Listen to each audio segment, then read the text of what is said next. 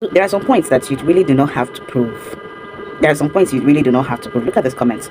Now, when I talked in my last video about how the Europeans, how the Igbo deities rather, sort of fought against the European invasion before some of our people were able to divulge the secrets of how they are protecting themselves.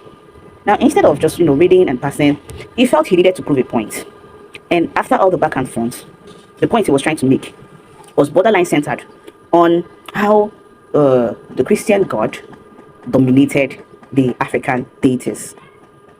And when I tried to infer further, like how did that happen? How did the Christian God dominate? He said he commanded his worshippers.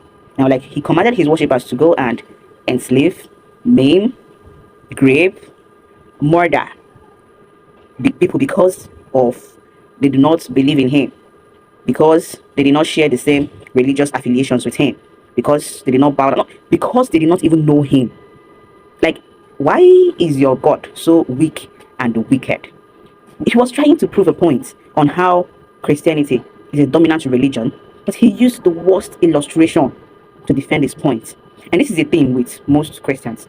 You want to prove a point, but you end up presenting an image of your God that, in fact, if Tinubu should behave or act a quarter inch of how this God is acting, all of us will gather and dress naked for him, because this image sounds very horrific, and this God happens to be a horrible God that I don't want to have anything to do with him. Now, the truth here, now, if he wanted to truly prove or to make this point, he could have talked about how maybe God gave a revelation to his followers, to his disciples, to go and preach the goodness of his word to people that do not know him. And when those people came there, they began to exploit. They began to take what does not belong to them. They began to act contrary to what this God told them to do. It would have been a more sound, logical argument. But by telling me that God commanded his worshippers to go and invade other people simply because they do not know him and they do not worship him, tells you how indoctrinated most Christians are. And to prove a point, they are going to package a tyrant and present that tyrant as our savior. And this is why Karl Marx presented religion as the opium of the masses.